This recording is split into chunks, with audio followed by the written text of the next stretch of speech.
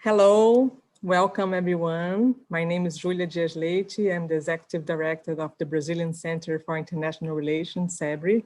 This debate today is a partnership between CEBRI and Fernando Henrique Cardoso Foundation, CDPP, and Casa das Garças. It's a great honor to have here with us Martin Wolf from Financial Times, Ilan Goldfajn, Pedro Malan, and Sergio Fausto. I'll pass now to Sergio Fausto, give his welcome words, and then come back for the debate. Sergio, please. All right. Thank you so much. I'm glad to be here. It's an honor. There's a warning on my screen saying my connection is a little bit unstable. I hope it works. So to have such a distinguished guest with us today, Sir Martin Wolf, he had been at the foundation twice, the first one in 2010, the second one in 2017. And this is the third time, unfortunately, not in person. But that's the best we can do now. And I would like to an hour and 50 minutes in a conversation with other distinguished guests, my friend Pedro Malan, my friend Ilan Goldfajn. So I think Pedro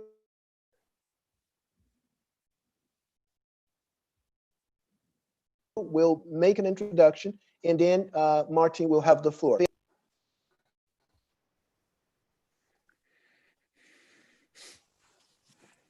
Pedro? Oh, I'm sorry. I missed. I thought you were frozen. No, it's your turn. Yeah, Martin. It's a pleasure to see you again.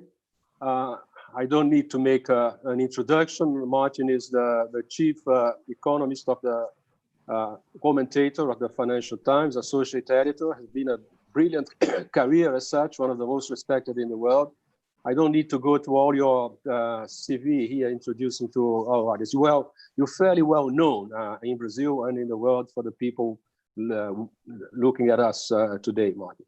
Our topic is the economy after COVID. And let me start with two observations about that, which I hope you will be addressing in your conversation. One is that the idea that the expression after the COVID, or the world after the COVID-19, have different meanings to different people. For some people, so we will only be able to talk about the after COVID era when the vaccine has been discovered, tested, not in vitro, but in humans, and produced in large scale and disseminated abroad. Others think that, well, it's only when different countries of significance reach the herd immunity, about contagion 60–70% of the population.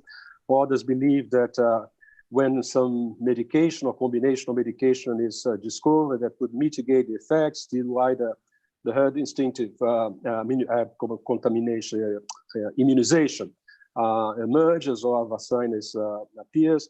And others think, and I'm inclined to follow this, that, well, the post-COVID era, we are already in there. Because it started when the virus was first identified, and clearly what was an epidemic became a pandemic. We are going through the consequences of this, and the consequence will beat us for a long period of time. So I'm sure you are going to address that, but I would appreciate if you could say, what do you, in your mind, you consider a post-COVID thing of the several meanings and interpretations of the expression that I have seen. The second is someone to which we are related to.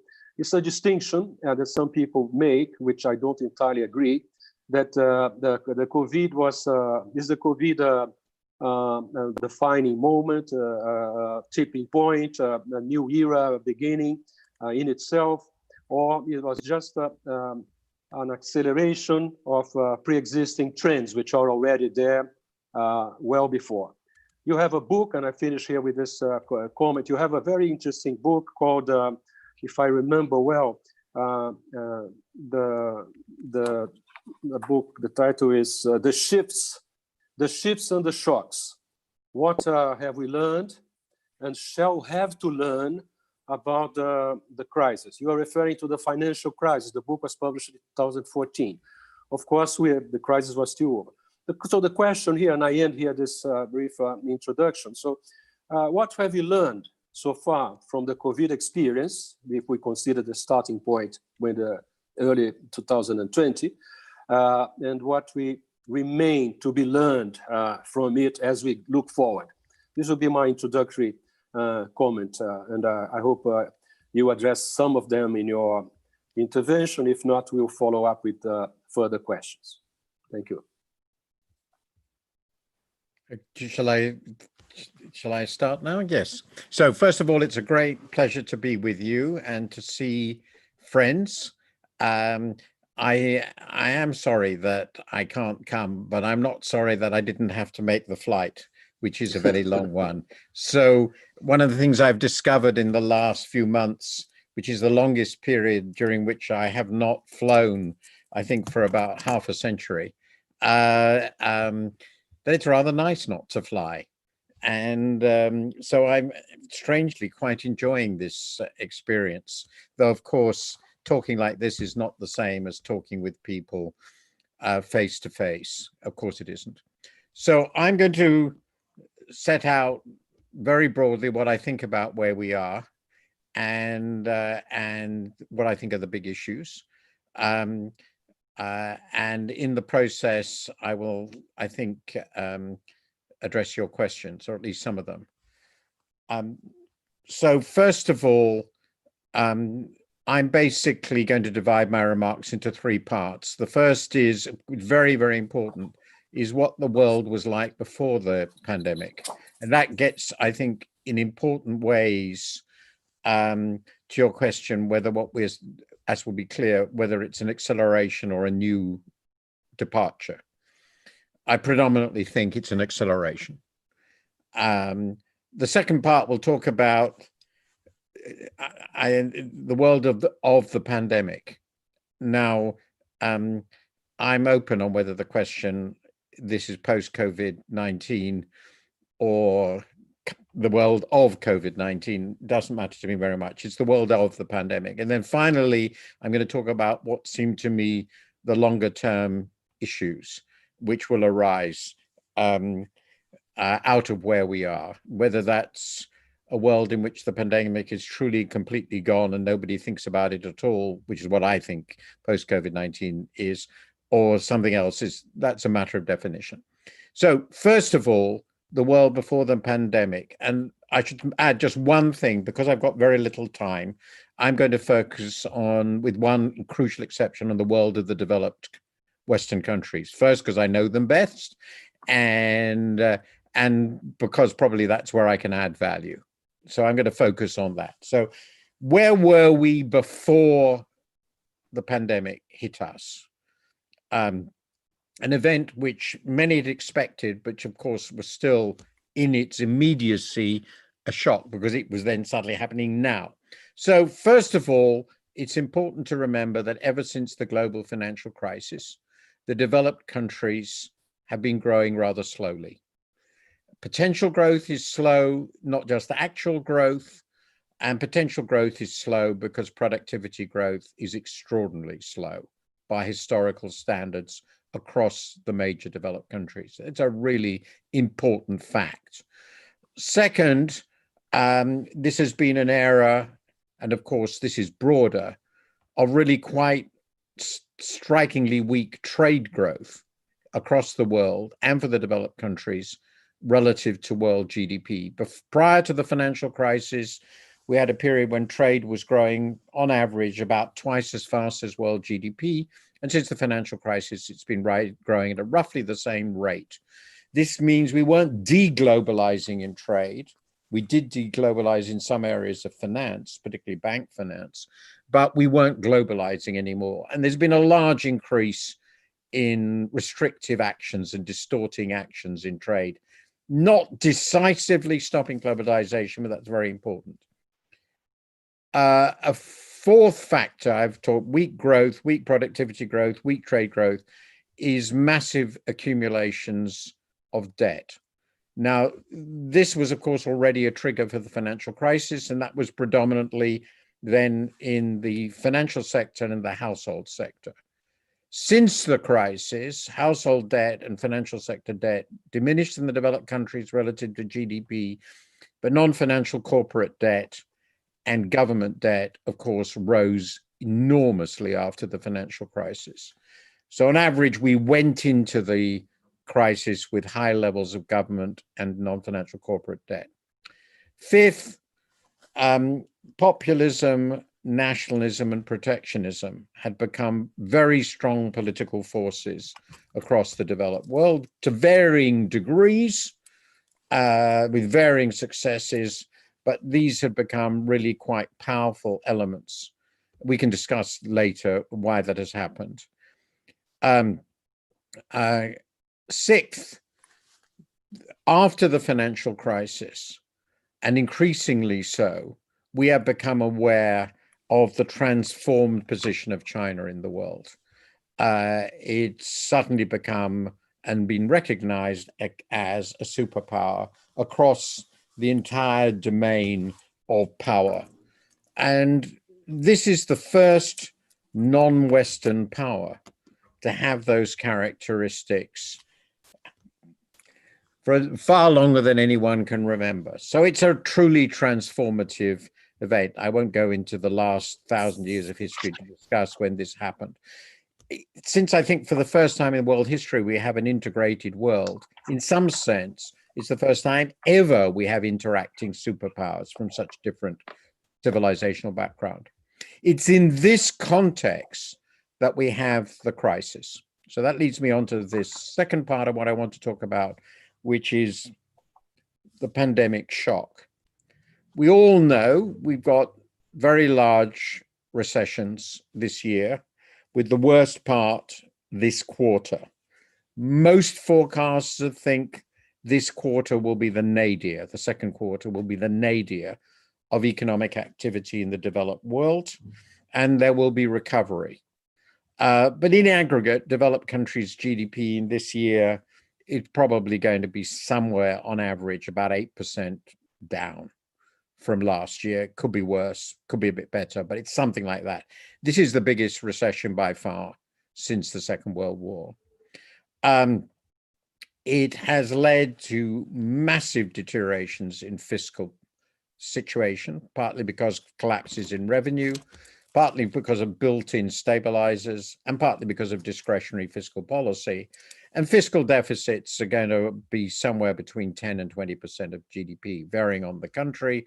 And public debt is going to explode upwards. And most developed countries will have public sector debt by well into next year in the 110 to 160% of GDP levels. There will be exceptions. Germany is an important exception, but we are talking about levels of debt we haven't seen before since the Second World War in the case of the US and UK. There's, of course, a huge hit to developing countries. I'm not going to talk about that anymore, but we have a very large hit to corporate finances, small, medium, and large. In fact, the BIS report, which I discussed today in my column, shows that the median company in most major countries will make substantial losses this year. So keeping them afloat has become a big task, and a lot of those losses will fall back one way or another on the governments, as of course are the consequences of unemployment, the need to support incomes, and that's why these fiscal deficits are so enormous. Of course, the fiscal deficits have also been facilitated by, in the management of them, by what is an equally unprecedented monetary expansion. Incredibly swift, incredibly huge, driving down costs of borrowing essentially to zero real terms across the yield curve for most developed countries. And that has, of course, made it far easier for the governments to run these huge deficits. We've got a massive shift from face-to-face to online business. We can see this here. And what is really interesting, this is the final point to make about where we are now, is we've got a common threat, the pandemic, but it's led to very divergent responses, both in managing the disease and, of course, very divergent effects in terms of the impact on people by age and people by skill and by the sort of work they did. So the pandemic has divided us. It's divided us across countries, across generations, across skills, and across activities. Now, let me, in my final section, 5 minutes or so, perhaps a little bit more, 5-10 minutes, talk about some of the longer term implications of what I've talked about. And I'll divide it into things that I think are quite clear and things that are not quite clear, but we have to think about very hard. And they're all big stories. And they are mostly, I think, though not all, I said will be clear, accelerations of pre-existing trends that I've already talked about. So the first one, which we can be absolutely sure about, is that at the end of this exceptional episode, however long it will be, which we don't, of course, know for the reasons you mentioned, developed countries are going to have, particularly in the public sectors, but not only in the public sectors, enormously much higher debt ratios than they had when they came into it. But since we don't know how long this will go on, we don't know how high they will be, but they'll be high enough that government finances will not really function if interest rates go back to what we would have previously thought normal levels. So I think we're going to have a lot of financial repression, which is basically what happened after the Second World War. How that will end up depends very much on what the natural rate of interest turns out to be. I'm moderately optimistic or pessimistic on that. And I think real interest rates are quite likely to remain close to zero for quite a long time, naturally. But if that's wrong, we're going to have a hell of a problem. Debt management in this context is becoming a huge issue, as is the relationship, of course, between the fiscal and the monetary authorities and the possibility of fiscal dominance. The second thing, which I've already talked about, is the acceleration of technology. I think what we have done is do 5 years of technical change in 5 months, or maybe just 5 weeks. And I don't think we're going to go back, or at least not fully. So I think the move from the real to the virtual, from face-to-face to online, from bricks and mortar and office space to being at home and virtual, has been permanently accelerated. And that will have large implications for the way we do business, if I'm right, for different sectors of our economies, some very good for some and very disruptive for others. I think the real estate business is going to find itself in a rather different place at the end of this. That could be wrong, but that's my guess. And this is linked with my third thing that I think is clear, is that I think we're going to see a shift, which is already on the way, from real globalization of real stuff, to virtual globalization, to online globalization. And that sort of changes a little bit what works in terms of international interaction and what doesn't. So bits of services are going to be more interactive and global than ever before. And but I suspect real goods and services, real goods trade is not going to be very dynamic. Then let me talk about what we really don't know, but we can guess, and that will be the very last remarks under two headings: geopolitics and geoeconomics. So under geopolitics, as we all know, the first and biggest question is the future of the US-China relationship, which is obviously bad now on multiple dimensions. My own view, very strongly, is that the future of this relationship does not depend in any fundamental way on what happens in the presidential election. The nature of Trump as a human being and as a leader is so peculiar that it has created some very special characteristics to the relationship. But my view is that the US as a country, and above all its political and business elites and security elites, have decided that China is an adversary, and that will shape their policies towards China for the indefinite future, and their policies towards allies that interact with China. And I think that means that trade relations, foreign direct investment will be permanently crippled. Now, how far they will unwind, I don't know. What those relationships will be, I don't know. But the underlying trust that was required to have deep and profound interactions between these two countries is gone. And I think that's also now true on the Chinese side after their experiences of the last years. This is a fundamental transformation of the world, and I think it will shape geopolitically the world for the indefinite future. Indefinite, of course, doesn't mean forever, but it means time which you cannot see the end of. The second geopolitical thing which follows from this is, will the US create a successful alliance of countries against China? There are an awful lot of great powers that would like to ally with the US against China, but they're rather reluctant to do so with Trump. It's very difficult. I suspect the US will manage to create such an alliance. It will be complicated, but it will consist of significant Asian powers and Europe. The Chinese will have Russia, but Russia's only real power capacities to destroy the world. It can blow up the world. Apart from that, it's not a significant power supplement. So though China is much bigger than the US in population and likely to end up as a bigger economy across many dimensions, the total alliance it will face, which I think will include Europe, India, Japan, Korea, though that's more questionable, and Australasia, will be very difficult for them to handle. And I think geopolitically, that's what it's going to look like. I'm not sure of this, but I think it's what it's going to look like.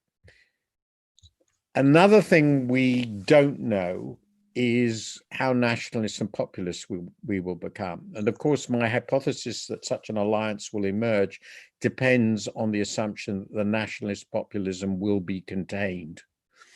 And on that, I really don't know. But it depends in the Western world, I think, fundamentally, whether the populations of our country have ceased to care at all whether their governments are competently managed. And the one thing the populists have demonstrated in this crisis is they don't know how to govern, which is not surprising because they're not interested in it. And I think there is a chance, I would say it's not an insignificant one, that after the crisis, people will decide in our electorates that they would really rather like to have government done by people who are able to govern and are interested in governing. If that is the case, then the era of this sort of populist nationalism will fade. I don't think there's much chance of seriously left-wing governments in the Western world. We're too old, we're too conservative.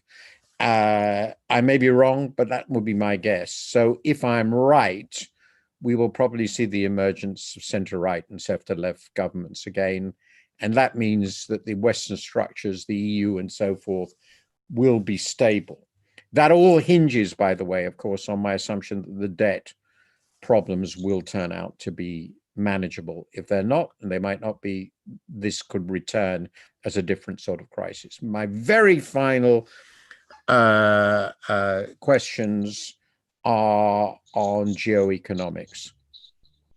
Now, if I'm right on my propositions on the geopolitical future, we are going to see some unwinding of the globalized world. And in particular, we're going to see the emergence of a China-based world system, a China-based system and a Western-based system. And they are going to pull apart. And there will be quite a lot of countries caught in between. And I don't know how they're going to handle it. But I think that's the way it will probably go.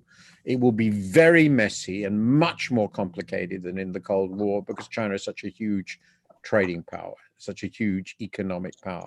And this will make the functioning of the global institutions very, very difficult, very, very difficult indeed. And the World Trade Organization, in my view, will be a dead duck in this sort of world. It's going to be organized in somewhat different ways. There's a very big question in business, which I've already talked about, virtual globalization, which means, of course, the rise of the tech giants. And there is a final question, which I think is very interesting, on the geo-economic, which is also political, which is whether anything must now seriously be done about climate change, and whether the crisis will accelerate that. So this very broadly is my analysis of where we are and may go. And I think, as I said earlier, I think this basically means an acceleration of trends that are already quite visible, and tensions that were quite visible, and changes that were quite visible, and will of course be all this will be very difficult to handle, which almost necessarily means a lot of quite unpredictable things are likely to occur. So that's the best I can do to summarize my view, predominantly of the developed world, over the next over 20 minutes. Should I say something before giving the floor to Ilan? Could I? Of course. Now the idea is that you lead a conversation, including Ilan, with Martin Wolf. But I want you two to feel free to enter, to join us at any moment with an additional question. Right. So let me say, Martin, it was an excellent presentation. I enjoyed it very much. I take out of it the fact that we all agree, it cannot be otherwise, that history plays a role. So processes led us to the current situation, and there are some events that developed from the added complications that the COVID brought to bear, which I think will be with us for good or for worse for many years to come. And you yourself raising your questions about what we know for sure, and I agree with you that clearly we know the trends which were already there and have been reinforced.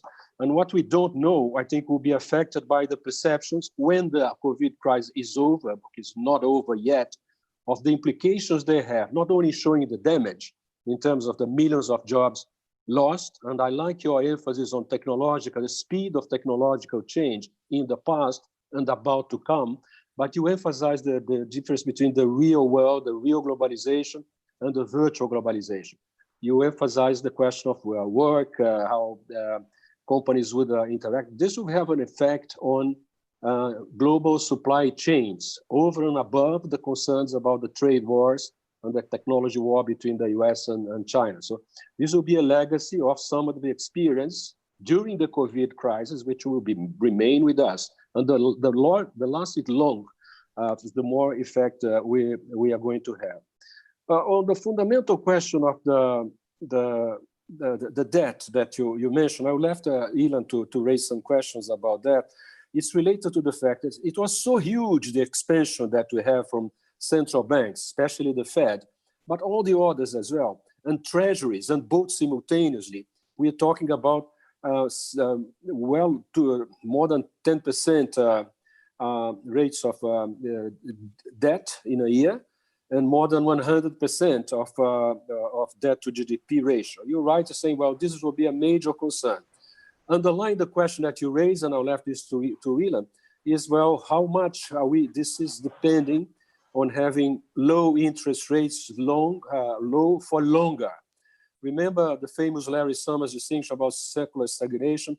Larry himself used an expression called chronic shortfall of demand as an alternative to secular stagnation. So, well, there's a chronic shortfall of demand, which is another way of saying that there is an excess of desired savings or intended savings over desired and planned investments, which means downward pressure on real interest rates, which probably will be there for longer with a significant increase in liquidity that we have observed today, and is one of the problems that will have to be faced.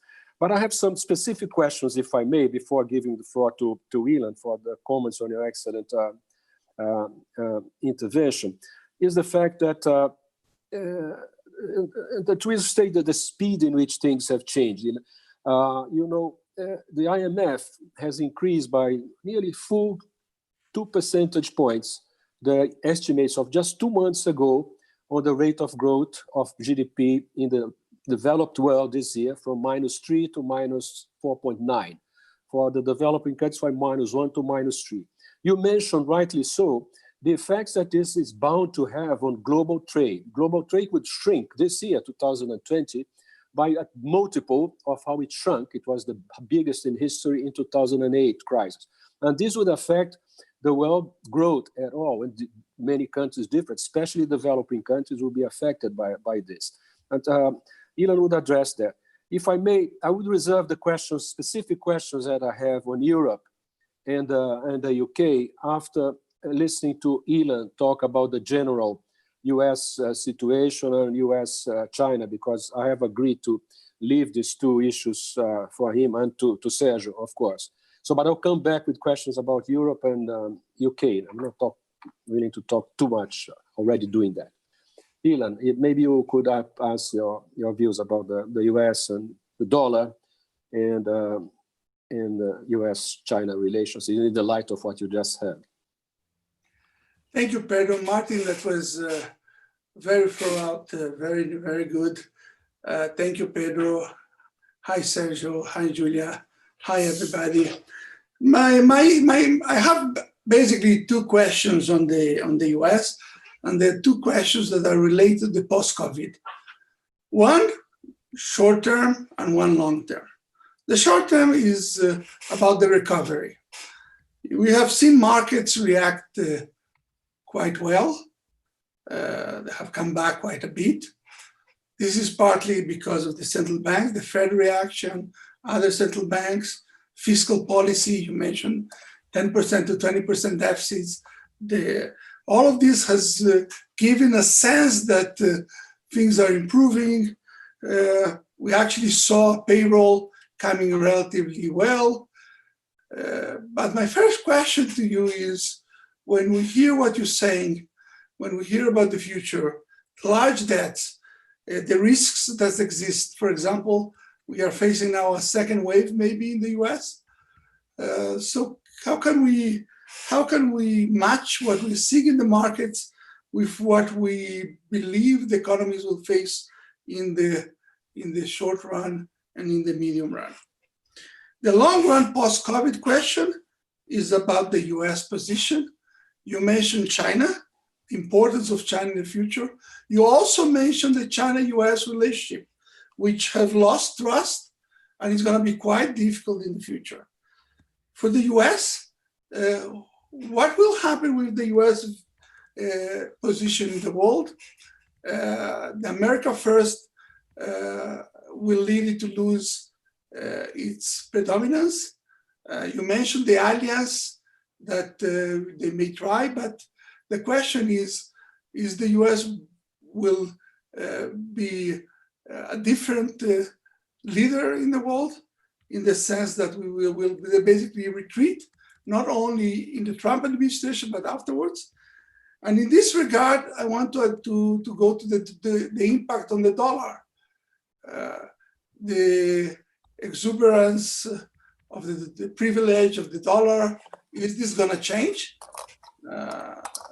And the question to you is, how do you see this in the long run? So these are the two questions. Post-COVID in the short term in the US recovery, and second, the long term US position and the dollar. Shall I answer these questions now? Sergio, you want to have a question now? Or no, I think he has already a lot on his plate. Yes. Okay, Martin, you have the floor. Okay. I actually think the part of the question in which Ilan asked about debt is actually relevant to both the short run and the long run. So it comes under both headings. So let me slightly, on the short run, let me reverse it. Obviously, there's a resurgence, not a resurgence, that's the wrong word. The coronavirus is surging in the parts of the country where it hadn't surged before, which are predominantly in red states. And that's partly because of the political decision, which I find somewhat bewildering, to tell you the truth, but no doubt tells you a lot about the state of America, that recognizing the risk was an unpatriotic act. I've never really thought about one's relationship with viruses in terms of patriotism or not. So for me, this is fairly bewildering. But there we are. Science is part of the culture war, obviously. Now, so it's pretty clear that COVID-19 is going to get worse in large parts of the country. They've started a process which is sure to mean that. And the question is, what will be the nature of the reaction? Obviously, some states are already trying to control this. Texas is obviously an example. I don't know what Florida's decided to do, but in the end, I think they're bound to go the same way. But that will impose some renewed impact on the economy. It's bound to. If you're going to be serious about this, to bring it under control, it will have an effect on very important regional economies. Florida and Texas are really important states. And meanwhile, the other states are opening, New York, California, and so forth, but pretty carefully. So I'm assuming that, and I'm assuming this also elsewhere, that the nature of the bounce back will be that there will be a fairly swift recovery in some activities which aren't very dangerous, but it won't be a complete bounce back. And that will be reinforced by these partial lockdowns or partial closures that are going to happen. So I would expect that the sort of picture that is shown by the IMF, if things go reasonably well, which is essentially that countries like the US will get back to the first quarter 2019 levels sometime towards the end of 2021, is quite plausible. But it should be worth noting that if that's what happens, the US gets back to first quarter 2019, second quarter 2019 by the end of 2021, something like that, then GDP will be running about 5% below the pre-crisis trend. 5 or 6% below the pre-crisis trend. Depends a bit depending on the country. In the US, it'll be more than that. So there will be a lot of slack in the economy. It won't be fully there because the investment will be hit. There'll be scarring. So the basic story here is the economy will take a long-term hit. And so the short term will become long term. And that, of course, has implications for fiscal deficits and debt. I believe I've been a savings glut person for 16 years. So I'm completely in that camp. I believe in this situation, with this very weak recovery relative to trend, excess capacity in many areas, the probability is that real interest rates will remain very, very low. So managing the debt will be pretty easy. I have argued very, very strongly in my columns and the leaders that the developed countries have to borrow very, very long term. They can borrow very long term. And now that interacts with monetary policy in complicated ways. We can discuss that later. The nature of money, how you view central bank purchases of government debts, the maturity of those, the extent to which central banks can hold their balance sheets where they are. But my general assumption is, at least over the shortish term, which I take to be the next 3 years or so, the debts will not be a problem and the central bank balance sheets will not contract. They will hold all these debts. So if it is a problem, it will be a long-term problem. That gets to the second one, which is the long-term US position in the world. Will the US be a different leader? Here, I think there are several things going on which I see as in contradiction. There are the stresses in the system. Roughly, they go like this. One, you can't replace something with nothing.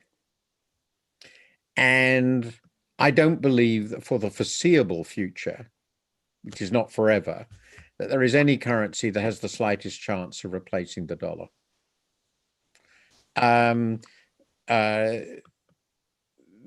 Chinese don't begin to have the sort of system, economically or politically, that will encourage a large number of foreigners to entrust China with their safe liquid assets, which is, after all, what reserves are. You know this much better than I do. Your liquid assets, and that's not just true for governments, it's obviously true for governments, also true for business and private people. Would you trust the Chinese state with the holding of a large quantity of absolutely safe liquid assets? And the answer is, I think, definitively no.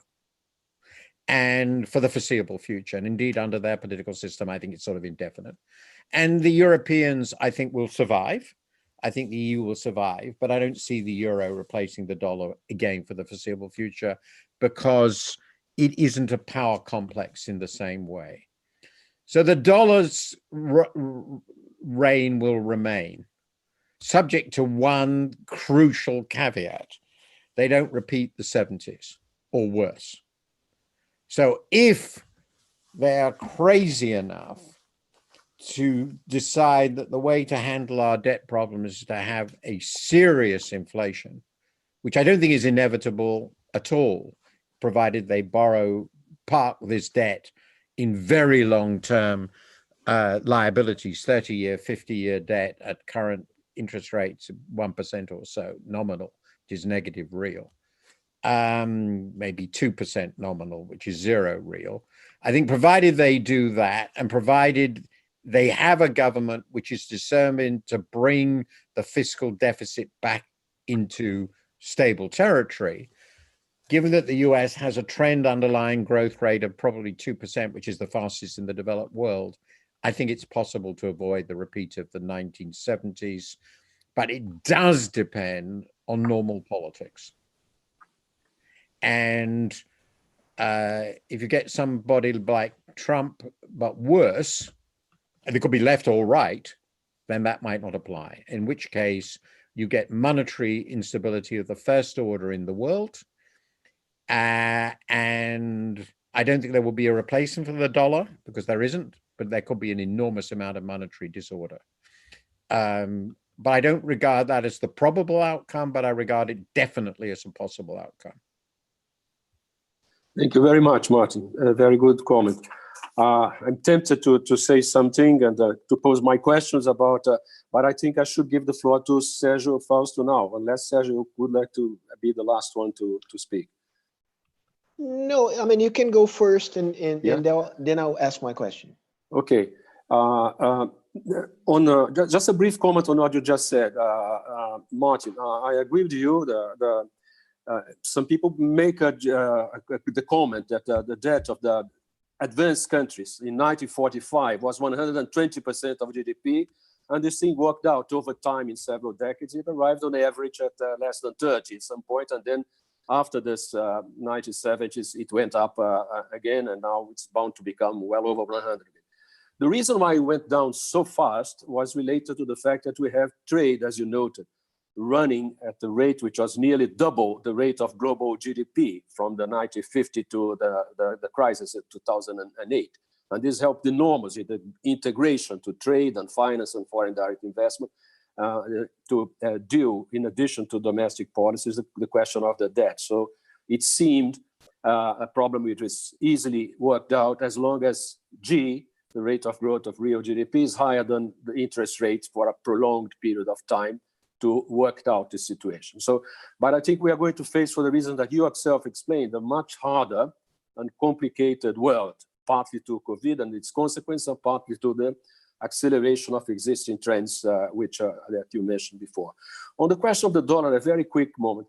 The BIS calculates the real effective exchange rate of the dollar is made on the basket of currencies. The renminbi, the yuan, and the euro represents 23 and 17, 40% of this weight.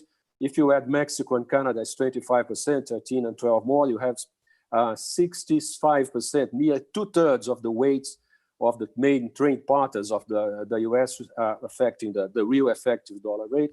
If you add more 5 countries, Japan, you come to 72. If you add 5 more countries, 85 somewhat. So as an indication of this is a vision of trade as a relative price, tradables vis-a-vis non-tradables.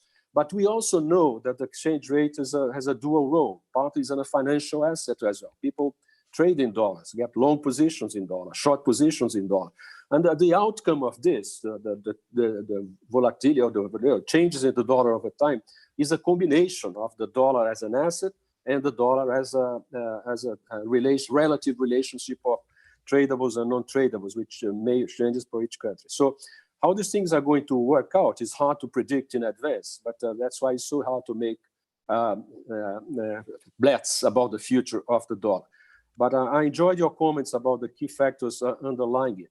So to go to my questions, very briefly, first of all, honor to you as a British citizen. Yesterday, Boris Johnson made a speech here in which he has Franklin Roosevelt tones. He spoke about recovery and revival and regional revival and recovery of the economy, pretending that investment in infrastructure, the build that he repeated several times, would take the UK out of this. Since we are at 6 months from a resolution, so to speak, quote unquote, of the Brexit issue, are we in, the question is are we in for come December this year, exactly 6 months from now, for a non-deal Brexit in the case of England? What are the implications of that for Britain's relationship with the rest of Europe? And since I am in the rest of Europe, you have seen the recent elections in France. You have seen the recent elections in other countries. You mentioned already this emergence of nationalists and some kinds of populists of either right or left as a response, not only to technology effects on the labor markets, but also the response of perceptions of unfairness in the discontent of some effects of globalization on the labor markets in different countries, and the perceptions of unfairness in against imported goods and immigration.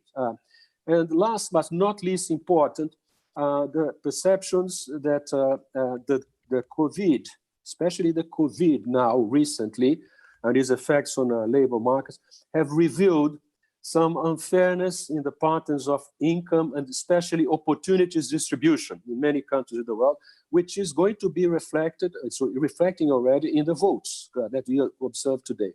So if you could care to comment briefly on your view about this, briefly on the UK and Europe recent elections, and how these perceptions of the post-COVID world would emerge there. It had to be briefly because Sergio has a lot to say, and we are taking Sergio out of this, and he's a key speaker today after you. Okay, let me just say, I just want to make a couple of comments, really quick ones on the points you made. One of my rules in life is never to forecast the exchange rate. I'm not paid enough. I don't get any rewards from doing so. I leave that to the foreign currency traders. My view is currencies go up and down. Yeah. The fundamental question is, will the Americans allow the purchasing power of the dollar in sort of as measured by inflation to be destroyed as happened in the 70s? And they are aware, obviously, that the world has more choices now than then. And that's really amounts to predicting the nature of American politics. And if I've learned one thing in the last 4 years or even 8 years, is I really don't understand where American politics are going to go. Anything can happen. Really anything can happen because it's such a deeply divided country. So it may be that they operate fiscal policy in such a way that fiscal dominance is inevitable. The Fed is forced to monetize the whole lot. And then we are in a world which is not one we've been in before. Second point, much worse than the 70s. And Nixon Burns were obviously a precursor of that. The second point on our post-Second World War, I agree with you, by the way. By the way, the debt ratio in the UK was much higher than 120%. It was 250% of GDP. I constantly remind people that the debt ratio in the UK today is below its 300-year historic average. For us, this is a low debt level. But the crucial question of the management of debt is obviously the relationship between the growth rate and the real interest rate, or the nominal growth and the nominal interest rate, long. Provided long rates remain close to where they are now, and provided the real growth rate is 2% in the US case, and the nominal inflation rate is 2%, in which case nominal GDP grows 4%, with modestly disciplined fiscal policy, these debt ratios are manageable. Of course, that assumes not another shock like this, okay, which may be much too optimistic. So I think, as I said earlier, it's probable it's manageable, but it's possible it won't be. On your questions, I think we have got a 50-50 bet, roughly, that we will have no deal or a minimal deal. A minimal deal is much better than no deal because, above all, it preserves relationships and allows us to go forward. But under either hypothesis, the UK will have a disruptive moment at the end of this year, and that could be taken, if it's handled badly enough, and with this government, I would never rule out that possibility, by the world as an opportunity to say, basically, the UK is finished. It ceased to be a functioning developed country, sell. And I think that is perfectly possible. And from my perception, it would be a very good thing. That's off the record, but I know it's on the record, in the sense that we need a shock. The UK needs a shock. And I don't think it's likely to happen, by the way. I think it's more likely that the UK will be able to continue to function. But I think it is very plausible, given this, that the recovery of the UK from this crisis will be weak and slow because of the impact of the crisis, plus the impact of Brexit. And at some point, not under this government, I think, the British are going to have to deal with the implications of that. More broadly, and this gets to your other point, I think the general thrust of politics and policy in the developed world is going to go towards being somewhat more interventionist than it was, policy interventionist. How destructive that will be depends really on what they try to do. There are some things we could do through intervention which might work quite well, and there are a lot of things we might do through government intervention which would be incredibly damaging. That's true for Europe, and it's true for Britain. It's also true for America. And I think that's going to be a large part of the big fight politically over the next 5-10 years in the developed world, the nature of the interventionism we're going to get. But I don't think it's going to be easy to avoid a push towards greater equality. You mentioned that the great basic thrust of politics are in that direction. Since the right-wing alternative to greater equality is more nationalism, it doesn't seem a very attractive alternative. But I think the politics of the developed world are going to look different over the next 10 years from the last 20. I've just been writing a piece in which my basic point is the Reagan-Thatcher era is truly, completely, and utterly over. I really do believe that. Now, forever? No, nothing is forever, but for a long time. But I do think the center will sort of hold. I suspect, I argue that already, this is a big bet, that in the major countries, including Britain, even I think America, though I'm less sure of that, we've seen probably peak populism because it's just so frightening. So in the end, I don't think Marine Le Pen will win the French presidency. I think that the extreme right will not come to rule Italy. Merkel's party is much more powerful now than it was 6 months to a year ago. And I think Boris Johnson is peak populism in Britain. If we're the next Prime Minister of Britain will either be the current Chancellor, Rishi Sunak, who's completely orthodox, or it'll be Keir Starmer, who's completely orthodox. I think we've had enough of this. And that's my view. Maybe it's just hope. Finally, trade and immigration. Yeah, I think you're absolutely right. And I can't see a future in which we are going to create a resurgence of international trade. I don't think it will be closed down, except with China. I think with China, it's going to be really a problem. But I don't think we're going to really turn away massively against trade. But I can't see where an impulse, a serious impulse to liberalize further will come from. It won't come from the US. It won't come from Europe. Nobody's going to be listening to the Chinese, even if they wanted it. So I think we've sort of got to peak globalization, at least on the real side. And as far as immigration is concerned, that's going to be the price of our more left-wing politics, our more interventionist politics. We're not going to have floods of immigrants, I think. So those are my best answers in very short time. Very good. Excellent. Now, Sergio, I guess it's now you could go. Go ahead, please. I would like to bring to the conversation the so-called issue of the crisis of liberal democracy.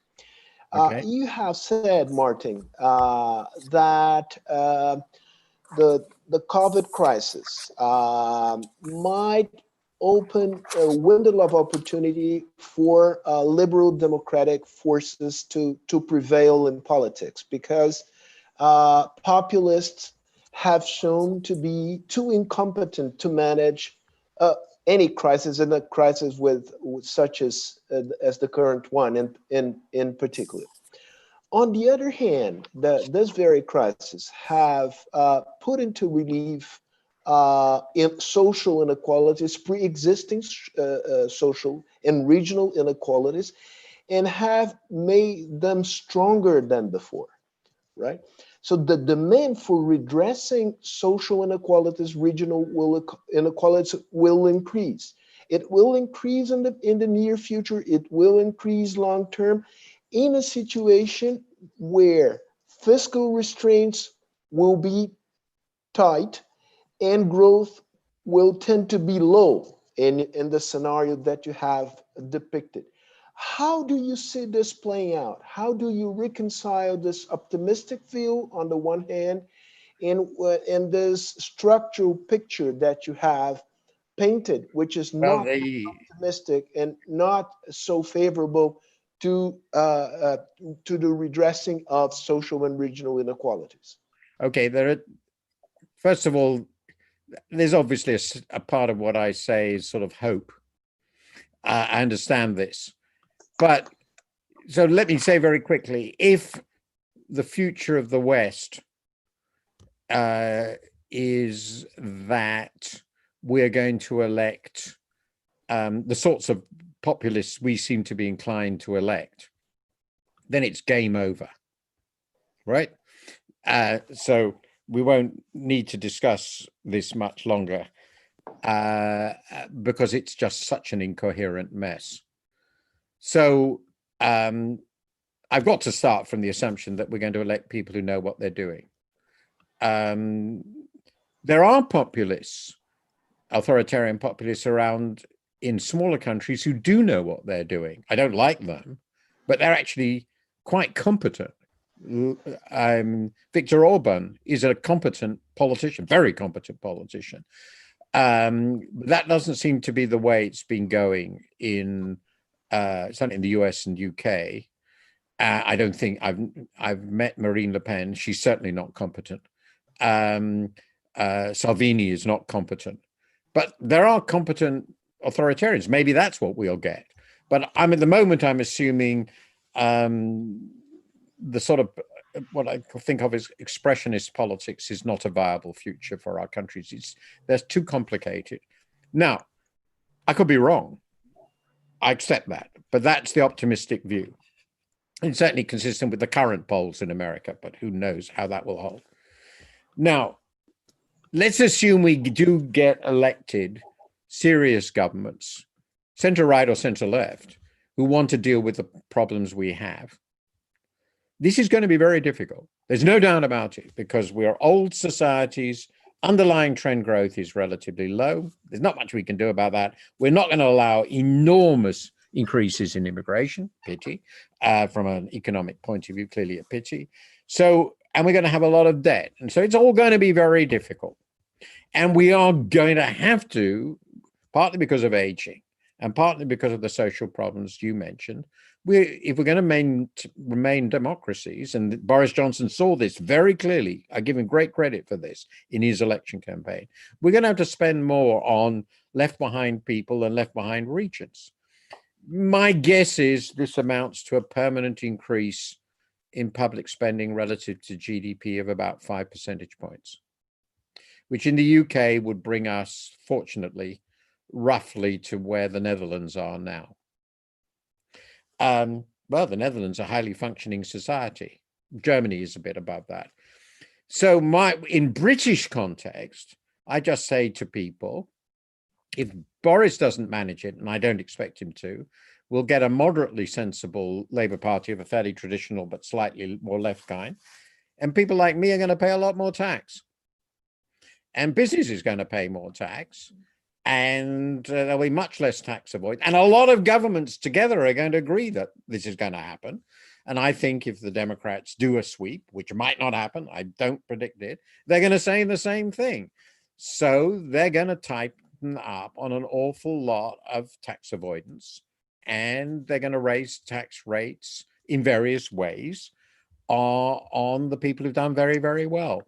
Do I think that will be the end of economic life as we know it? No, I don't. I've never really believed it will be the end of economic life as we know it. And certainly for the UK, as I said, it will bring our average tax rates towards the Dutch levels. And Holland is a very stable, much more prosperous country than ours is. And Germany has similar levels.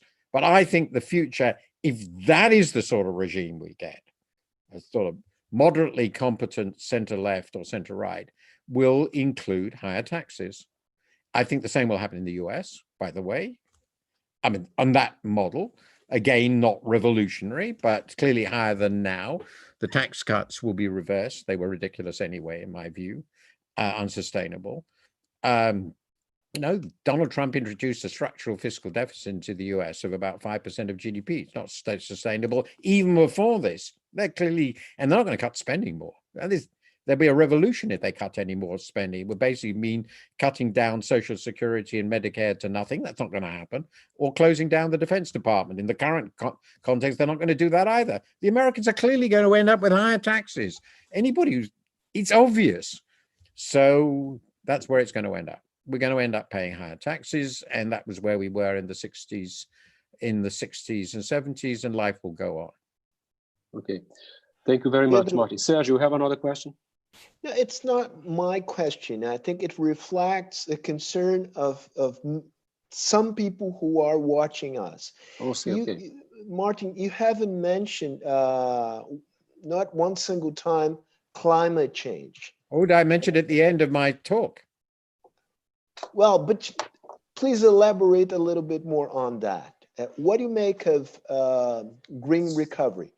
How important is climate change as a challenge in the post-COVID world?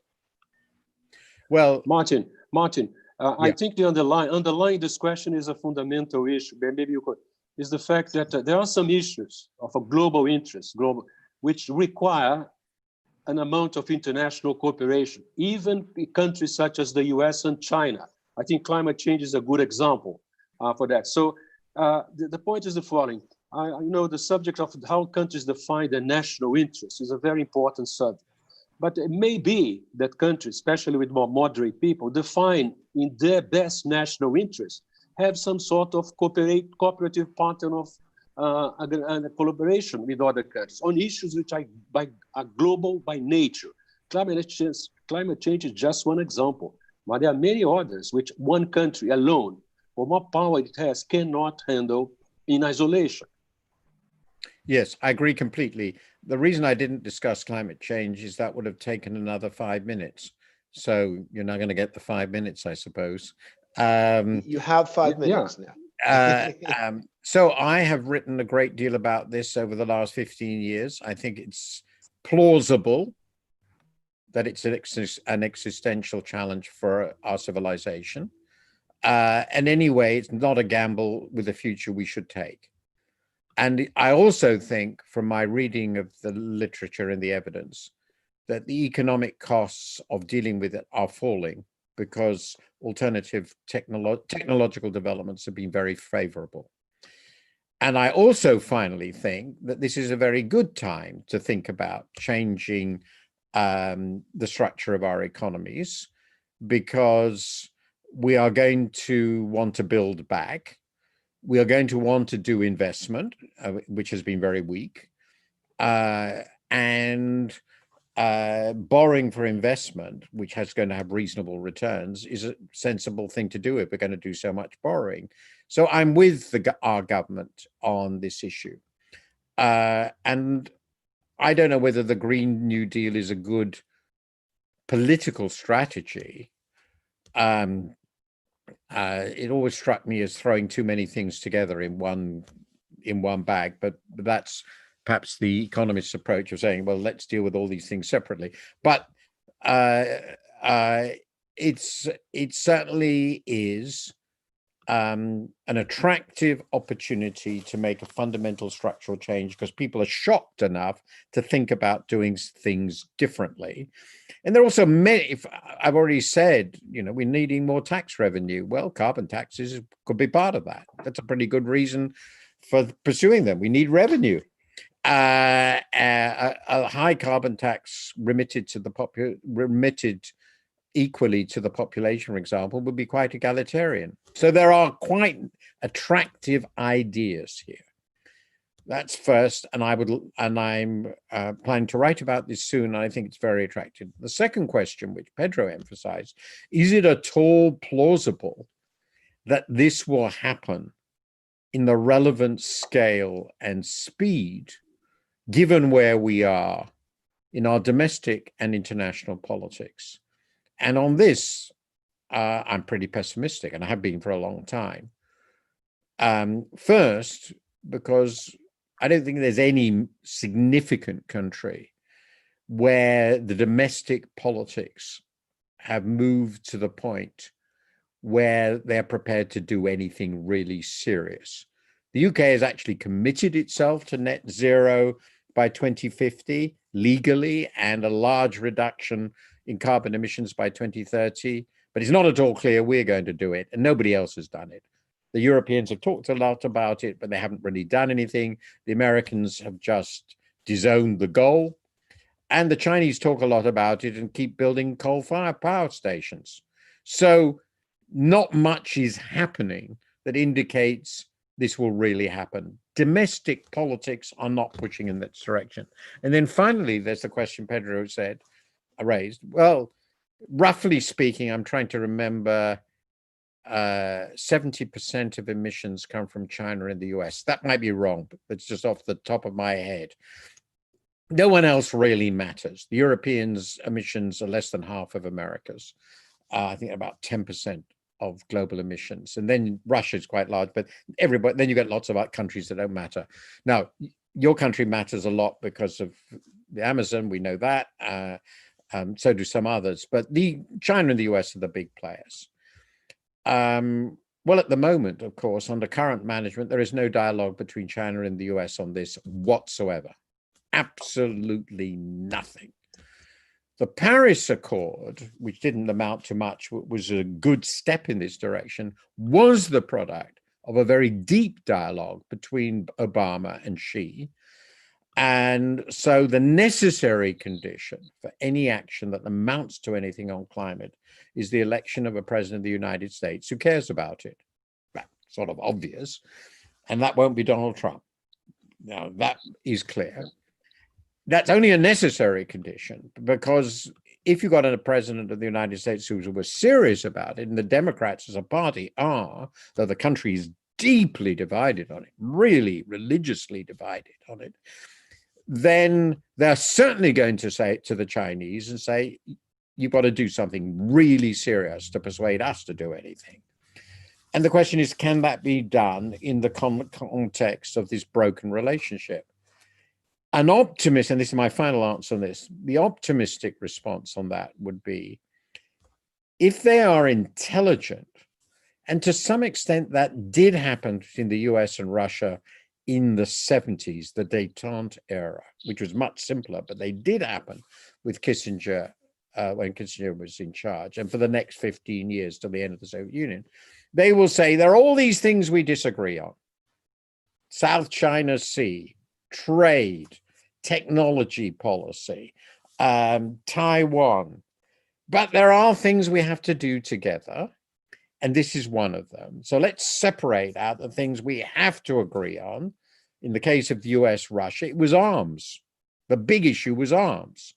And they had reached the conclusion that however big the disagreements, being able to blow one another up wasn't a great thing. They needed to control arms. Now, it's not inconceivable that an intelligent president of China, and she is not foolish, and an intelligent president of the United States will say, okay, we've got all these areas of disagreement. Let's agree, we're going to disagree on these. Let's try to manage them, but we're going to disagree. We're not going to solve them, we're going to separate. But we've got these things which are joint priorities for both of us because we all really care what will happen to our countries. Let's work on that. That's a mature relationship. It has happened before. It happened between the US and Russia, as I said, not badly, much better than I'd expected, by the way, in the mid-70s, the Helsinki process and all the rest of it. Maybe it can be done with China, but it will require different leadership. Okay. Thank you, Martin. Julia, Sergio, of course, Ilan, you have control of the time by now. I don't know up to what time we could go. For me, I will go on for a long time. I will go endlessly. It's delightful, but I'm afraid we are approaching the end of the Zoom conference. We have a few minutes. Okay, I have one last question, but I'll please. 2 minutes only. Yeah, I have also a question from our board member, Ambassador Graça Lima. So please go ahead. May I have the right to ask the last one, Pedro? Of course.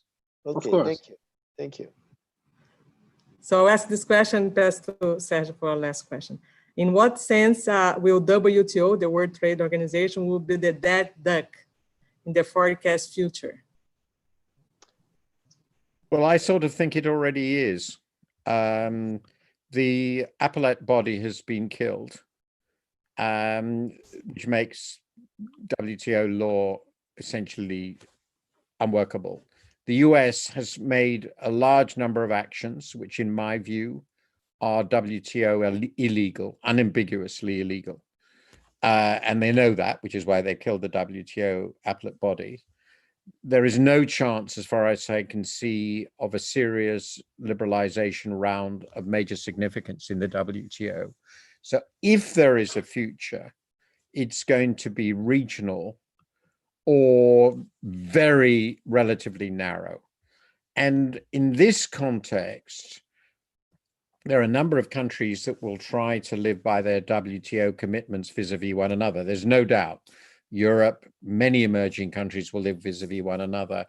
It's very doubtful, I agree with this, that China has ever fully lived up to its WTO commitments because of the nature of its regime. So in this world, a WTO that doesn't govern the US, doesn't really govern China, which doesn't have a judicial process that works and doesn't have a negotiating process that works, looks to me, at the very least, in rather dire shape. And that's my view. I followed the WTO for half a century, and that's my view. Okay. The European Union has up to July 8th to decide if you're going to nominate someone to the position of WTO. So it's important, it's a really important signal. Yes. Sergio or Ilan, Ilan, please. Would you? Ilan? You have to be very short questions, and Martin, very short answer. I see that Julia is concerned. Mine is very short, but you have to. It's on mute. Your microphone is on mute, Ilan. Ilan. Yes, I was just, most of our public here wants to know a little bit how Brazil fares in this world You know, our main partner is China. Yep. The US is there having its problems with China. And so how do you see, I don't expect you to be an expert on what's going on here, but how do we fit in all this new world? I'm assuming that Brazil will run itself as well as it can possibly be run. So I will put that to one side. I think that you have an advantage. You don't need to take sides. And if, in my view, you should work very hard not to take sides in your international economic relations. You are one of the countries which has a reasonable chance. You're important enough, but not geographically or geopolitically central enough to be allowed to preserve good relations with both sides. And that seems to me quite obviously the sensible strategic position for Brazil to take, at least from a geo-economic point of view. I would have thought also from a political point of view, and I think it's consistent with my understanding of the traditional approach of Brazil to international relations. Thank you. Ilan, Thank you very much, Martin. Very thoughtful answer. Sergio and Julia to end, please. Before I ask my last question, I would like to apologize to many participants who have sent the questions. It wasn't able to pose their questions because there were many, and we were entertaining a very interesting conversation. Sorry for that. You have stolen my question, Ilan. So I have to change it a little bit. And let's talk about perceptions, Martin. How emerging markets in general are perceived in the developed world nowadays, particularly in the financial circuits of the developed world, and Brazil in particular. What are the prevalent perceptions about emerging markets and Brazil in the current days? Well, as you know, the first stages of the crisis were flight from emerging market finance. And since then, because largely the Fed, they have returned. But I think my perception is that the general view of Western finance of most emerging markets is opportunistic. That is to say, they don't wish to find themselves unduly exposed to any one country. They want to diversify risks, and they want to be reasonably liquid. Be able to run if possible. This is not committed long-term. There are exceptions. I'm not talking about corporate FDI. That's something else. I'm talking about portfolio funding, bonds and equities, particularly bonds.